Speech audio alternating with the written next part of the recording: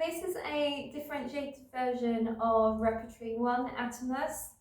It's important to mention that within this differentiation, because it is a short phrase and it is mainly to do with the legs and the mobility and flexibility in the joints, there's not much difference there. However, it is important to get students to work with their bodies and their own range of motion. So, for example, at the beginning, we're facing the back. No, we're not, sorry, we're facing the front. We take a step on our right leg, bring the body up, in, over, to go. What we can do at the beginning instead is to do a sweep round. So the leg just sweeps across the floor to turn to face the back. Or we can add in the upper body motion there to go into the next movement. So if we sweep round, come here, step onto our left, step right. Instead of the leg being high, we can keep the leg low and we can work with the motions there. So you might find that students manage that. That's absolutely fine, that's okay. And then we can slowly build where they can get their legs. So it's important to mention that it doesn't matter how high your leg is, because it's a gradual build. We gradually build upon our mobility and flexibility. So we can keep the leg where we need to. The second bit, we add in a hop and the arms come across.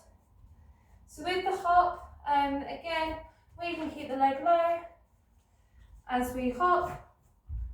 Or if the hop's too much, we can just lift the legs. So we can take the hop out and add it in whenever students feel like they want that challenge, they want that little bit more of a push, once they feel confident in the leg. So we either hop or not hop. We either have low leg, medium leg or high leg. And once we've done that, we step down.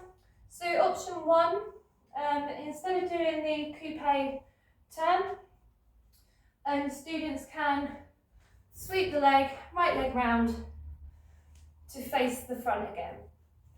So we've gone 1, and either hop or not hop, we put the left foot down, we sweep the body round to step across. And students can take their time in that. So they can take, because they are not turning, they can take that little bit extra time. So they feel like they don't have to rush. And then that additional challenge, left foot palms down, and then we bring the right foot in to lift the leg. As we lift the leg, we think of whip. So we turn the leg out and we're going to whip round. So we've got our hop, we put the foot down, immediately our arms come into first position as well, we whip and come out. So that is quick, that motion is really quick, it's out. So we can be here and round, we can whip and fall.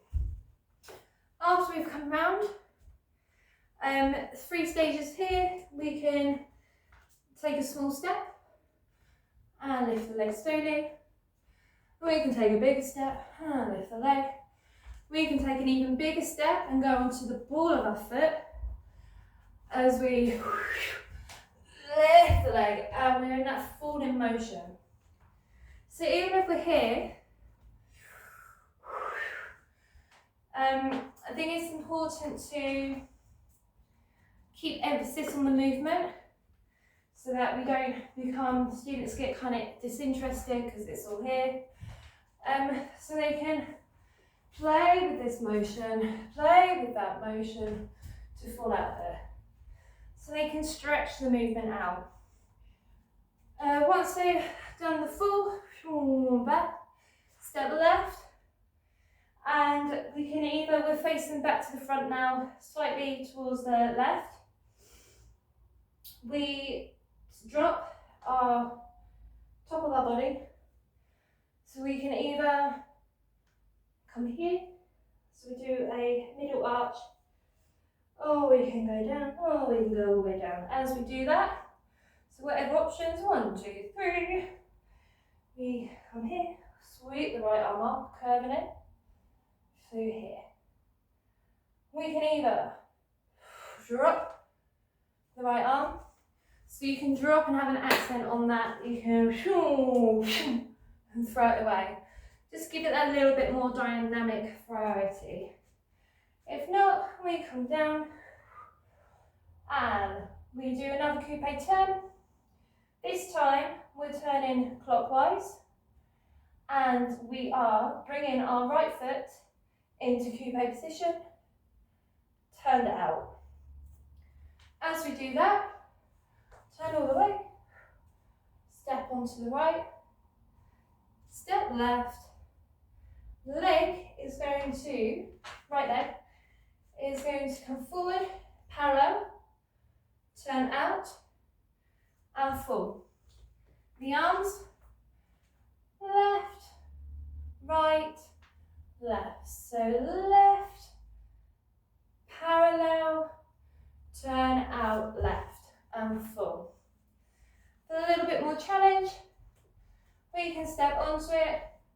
We go parallel, turn out and lift the leg to full. And we catch ourselves. If the arms are a little bit too wishy-washy and tricky, we can keep the arms here to throw it there. So the arms can come up to throw down. So up and swing. So wherever we are, we can stay there. And we'll always think about the top of the head leading on that point. So we have that fall-in motion and we catch ourselves.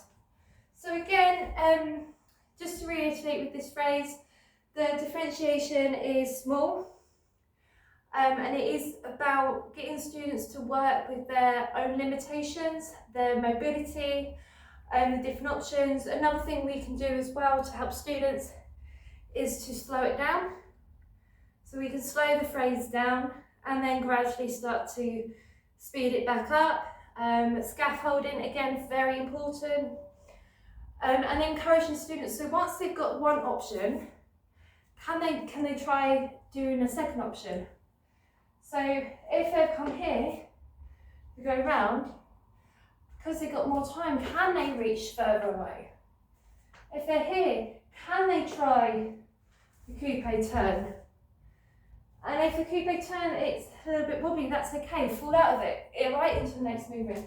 So you're encouraging a continuous flow in the motion, and you can get the students to explore the repertoire, get them into groups, work with each other, do some partner work, feedback as well.